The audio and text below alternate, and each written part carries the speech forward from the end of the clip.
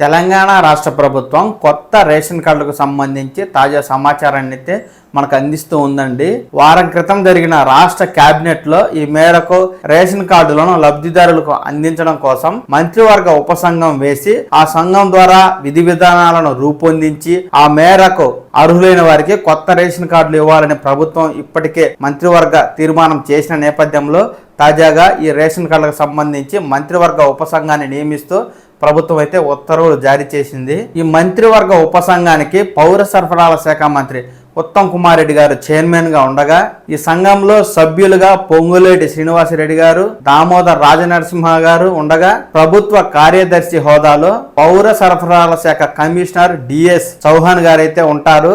ఈ మేరకు ఈ ఉపసంఘం అయితే ఈ కొత్త రేషన్ కార్డులకు సంబంధించి ఎవరు అర్హులు, ఎవరు అనర్హులు, ఎవరికి రేషన్ కార్డులు అందించాలి తదితర విషయాలపై చర్చించి ఆగస్టు చివరి నాటికి ఒక నిర్ణయం అయితే తీసుకుంటారు.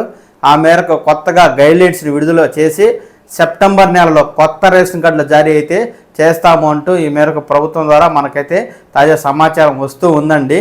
కొత్త రేషన్ కార్డు జారీయే కాదు, ఇప్పటికే ఎవరైనా పిల్లలు పుట్టి వారి పేర్లు కొత్తగా రేషన్ కార్డులో చేర్చుకోవాలన్నా, పెళ్ళై వేరే ప్రదేశాలకు వెళ్ళిన వారు తమ పేర్లను వేరే కార్డులోకి మార్చుకోవాలనుకున్నా, లేదా ఒక చోట నివసిస్తున్న వారు మరో చోటికి నివాసం మారినప్పుడు రేషన్ కార్డులో అడ్రస్ మార్చుకోవాలన్నా, ఇలాంటి అన్ని విషయాలకు సంబంధించి ఆడిట్ ఆప్షన్ అయితే రాష్ట్ర ప్రభుత్వం మనకు సెప్టెంబర్ నెలలో ఇచ్చే అవకాశం ఉంది. మంత్రివర్గ ఉపసంఘం ఈ కొత్త రేషన్ కార్డులకు సంబంధించి ఎలాంటి గైడ్లైన్స్ రూపొందించి విడుదల చేసినా ఆ వివరాలను ఉన్నట్టుగా వెంటనే నేను మీకు తెలియజేస్తాను.